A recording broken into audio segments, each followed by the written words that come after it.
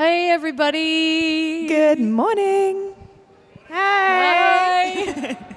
I know Wow. it's still early. You're not quite awake yet, but that's okay. We'll fix that. This is very cavernous. It is. It's echoey. It's echoey. It's But that's grand. all right. I'm not complaining. So my name's Caitlin, I'm Mel. and we are going to be your MCs for the next 2 days. Thank you. It's going to be good.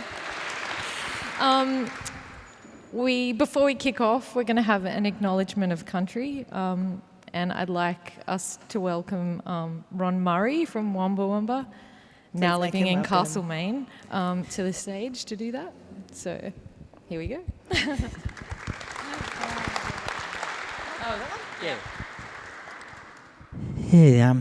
My name's Ron Murray, and I'm Wamba Wamba on my dad's side. My dad was Aboriginal Scottish, exactly, half Aboriginal, half Scottish. Married my mum, pretty much the same, half Aboriginal, half Irish. Yeah, so I have some amazing dreams from all that. But I was lucky. I grew up in New South Wales on a 250,000 acre station with a big lake out the back. So we'd have to jump off the veranda, run through this hot white sand and jump into this beautiful lake. That's one of the most oldest lakes in Australia, called Yanga. A lot of people know Mungo, but it's got no water, whereas Yanga has water. About 12 years ago, that station got bought and is now a park, so Yanga National Park. And that's where my dad worked 58 years, didn't drink, didn't smoke. Mum and I had 6 sisters, no brothers, so getting hand-me-downs from all them. That was all right, yeah. Lucky to grow up with my culture. My grandfather lived there. He was an amazing bushman, same as my dad, and 90,000 acres of red gum forest along the Murrumbidgee River, paradise. I live in Castlemaine now, so I've been asked to do an acknowledgement of country in this beautiful. I don't know if you know how special it is to be here. 2001, me and a mate of mine, Mark Atkins, he's one of the best didgeridoo players in the world, we got to play a piece of music with this organ when they spent $2 million on it, refurbished it, and they got Philip Glass from New York to write that music, and we got to perform it. So we did it here. 6 weeks later, we found ourselves in New York in the Lincoln Center doing the same piece of music. It's a stunning piece in 4 movements, but it has a story that goes with it, and it's the creation story of Melbourne, Victoria. I get to play with that, not actually with the organ. That's all right. And then we did it in 2005. 2 weeks after we did it in New York, the towers got hit, which changed the world pretty much, with terrorism, and then we did it in the Middle East. Yeah, so I love coming in here. You're honoured to be here, really. We all are. Yeah. So I want to acknowledge the Wurundjeri people, and just over the river, we had the Bunwurrung people. I want to acknowledge them as well, and I want to acknowledge all their elders that have passed away, and I really mean that. We have elders. Once they go, that's like losing your encyclopedias, literally. Elders that are living and up-and-coming leaders of our community too, and elders in the community in the audience. Don't look like too many out there, but you're all going to be elders one day. Yeah.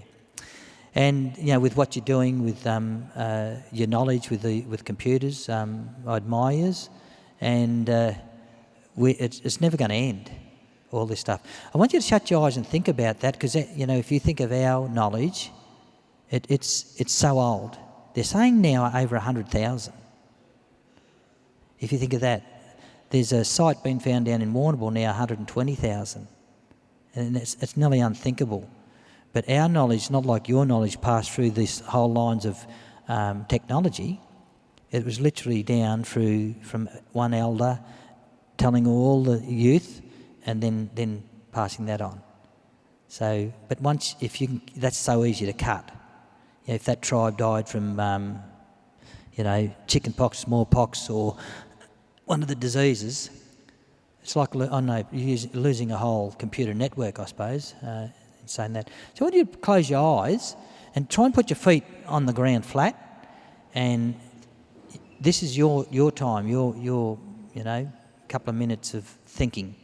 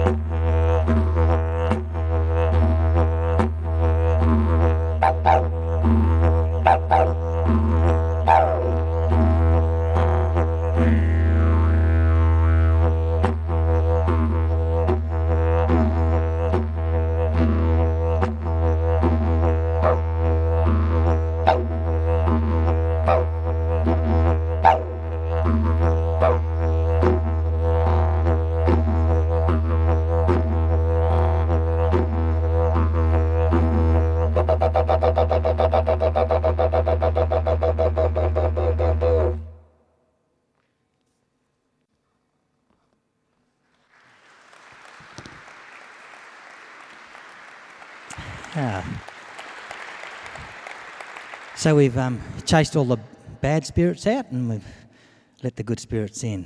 I want to tell you a little story. I'm trying to think of which one to tell you guys, and sometimes I get inspired when I see the audience. Nothing's happening today. I don't know what's happening. With all the stuff that's happening with the bushfires and I was lucky. I grew up with my little Nan, and she was only about this tall, and she was Nan was quite chubby as well. And so when she told stories when we, in the bush, she would sit down and all the kids would just sit in a circle around her, and she was like the television. She was like the computer.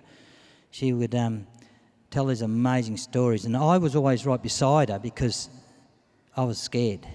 Because the last few stories of the night were always scary ones. And being the scaredest, she told stories about these amazing monsters and wowies and Yarramah Yahoos, half frog, half man, and they were scary. But they had a reason. You go down in that Murray River and one of these monsters will jump out and grab you and pull you in. So that was to say putting a pool fence along the Murray. Yeah, saved our children. You'd rather have your children have a few scary stories than that. Yeah. So I'll tell a quick little story. It's to do with Gippsland, and there's a couple down there that I love telling. This one's short, and it's about, if you go to Meetung, a little town, there's a sacred stone or rock right beside the wharf when the seagulls sit up on there and they poo on it. But to the Aboriginal people, it's Wallang, the sacred rock. And it starts off with the big lake there called Lake King. Aboriginal people called it Naran, and Naran was that moon. They didn't know about reflection. They believed when that moon was in the lake, it was there having a swim. So Naran became the name of the lake. The women were amazing basket weavers, and they used to weave these big nets and throw them out into the lake and pull in these big fish. And there was always a competition between the men, who could catch the most fish. And then at night the men used to go out in their canoes, and in their canoe they had a log embedded in mud, and inside it was cast in clay, and they could put sand and then paper bark that had been soaked in fish oil. They would set that alight, push themselves out in the canoe, and the fish down in the depths would see the light, and they'd come up, and the men would be there and with their spears and spear these fish. Now on this one night they'd gone out and there was just fish everywhere. They got so many fish that the boat started to sink down in the water. So the next morning at daybreak, in come the men in their canoes, and the women were looking out, and they could see that the canoes were barely sticking out of the water. And they said, the men started yelling out, "We've got lots of fish!" And the women yelled back, "Yakatun, yakatun," which means two things, well done or well said. "Light a fire!"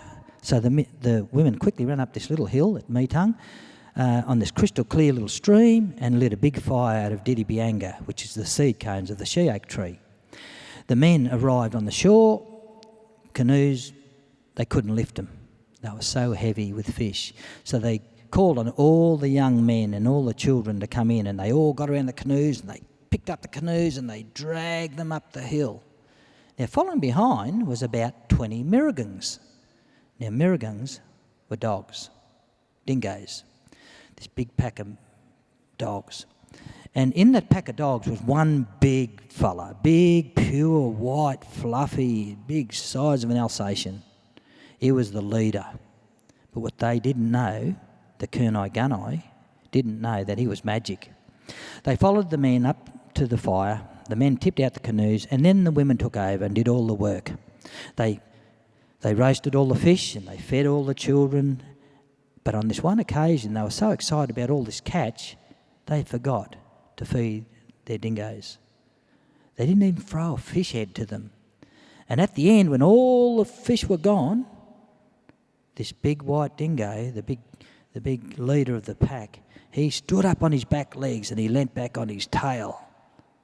And the men and everybody looked at him and said, "Gee, look at this." And to their surprise, he started to talk like a human.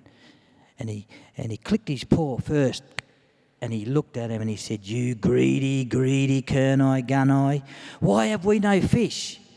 We lay down with you on cold winter's nights and we keep you warm. We go out hunting kangaroos and emus, and sometimes my brothers and sisters even get killed, and you didn't even share your fish." With that, he clicked his paw again, and he turned the whole people into a big red rock. And as they were trying to jump out, the rock started to roll, and it rolled down the hill and straight into the shores of Lake King. So even in today's society, when people drive past, they'll say to the children, "See that rock, you kids? See that rock? That's what'll happen to you if you don't share." Thank you.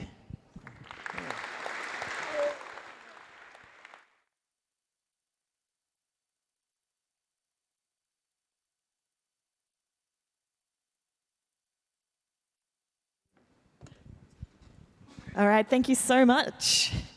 All right, everyone. Are we a little more awake now? Oh, that was the loudest silence ever. Welcome to RubyConf Australia 2020.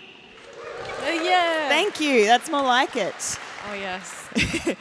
You need to give us energy. We feed off you guys, not in like a van. Oh, stop. That sentence is going nowhere good. So this is our 8th RubyConf AU. So they've been running since 2013. Oh, really? I've only missed one. That's really impressive. This is only my second, but, you know, love it.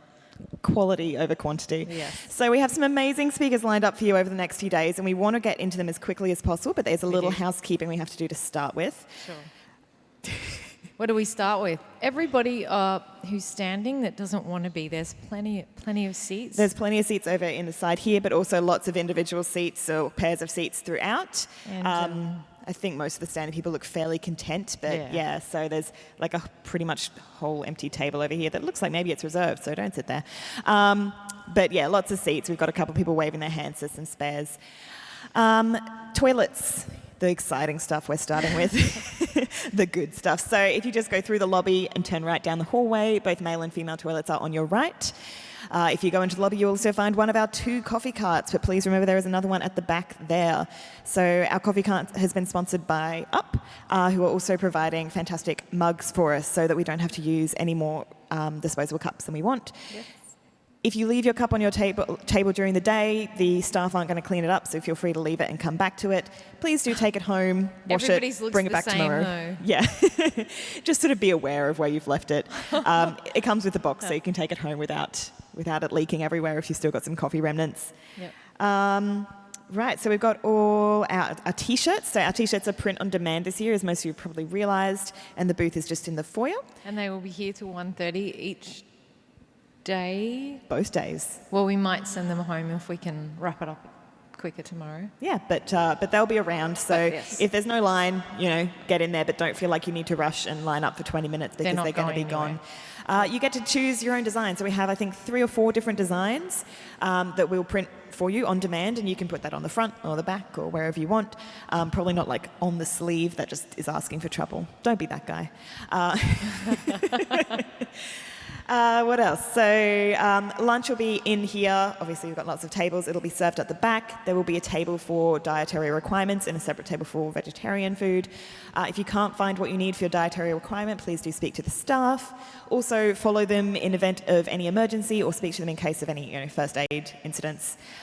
But other than that, myself, Mel, and our fantastic team of volunteers who are recognised by their grey shirts. If I can just get my volunteers to wave so you can recognise. We've got people scattered throughout, but feel free to ask them and we'll make sure to direct you to where you need to go. All right. I think we're ready for another slide. Do we have another slide? We have another slide. Yay! Do you want to do this one? As with all Ruby Australia events, we couldn't run it without Ruby Australia because they do all the hard work of procuring funds for these events to happen. And as such, are we doing the code? We'll do that later. Oh, there's a slide. There's a slide for that. Okay, so thanks to Ruby Australia and all the volunteers who work very, very hard behind the scenes. Absolutely. Yes. So, of course, we couldn't run this event without all our sponsors. So in addition to Ruby Australia, we have 4 Emerald level sponsors this year. So we've got Envato. A little quick. You know what? Given time, we'll talk about them later because we are running a little over time. We've got Envato, Culture Amp, Twilio, and Up. Each of our Emerald level sponsors have a booth over here, so please do go and speak to them. Oops. I'm confusing them. Culture Amp, Twilio, and Up, yay. So they've got lots of little goodies to give away. We've got raffles, we've got Mario Kart, we've got all sorts of things going on there. But then we also have our Sapphire sponsor, BuildKite. Our Opal sponsors, Look Ahead and Tricentis Flood. And then our Amber sponsor, Assembly 4. We've also had our speaker sponsors, so big thank you to Airtasker and FastRuby.io, who have made it possible for some of our speakers to be here over the next couple of days. All right. Do you want to do this one? Okay, so... Someone's watching TV back there. They should know there's more exciting cool. things. It's distracting me. We have a code of conduct. If you are not familiar with it, I encourage you to visit that link and read about it. Yeah, the general consensus is just please be respectful and kind to each other. Nothing is ridiculous, but if you don't feel like you understand what a code of conduct is likely to entail, please do read it. We do ask that you read it, and it covers both this and all Ruby Australia events, including Rouse Camps, all our meetups, etc. Should anything actually make you feel uncomfortable or you're not even sure, you are able to SMS that phone number up there, which is also on your lanyard, I believe, and you can anonymously report something or ask a question. Yep. Or yes, and I think the code of conduct covers just how we handle things as well. Absolutely. Speaking of your lanyards, please do make sure you keep track of them. So this is your ticket into, obviously, today and tomorrow of the conference, but also into the closing party tomorrow night. Our security is pretty tight. They won't let you in without your lanyard. It's also got on the back a general breakdown of the times for our breaks and things throughout the day and when we're having talks. Yep. So keep it on you. All right, I think that's all we need to get through immediately. We'll come back and do a bit more on our sponsors later. But so let's get kicked off and invite our first speaker up onto the stage.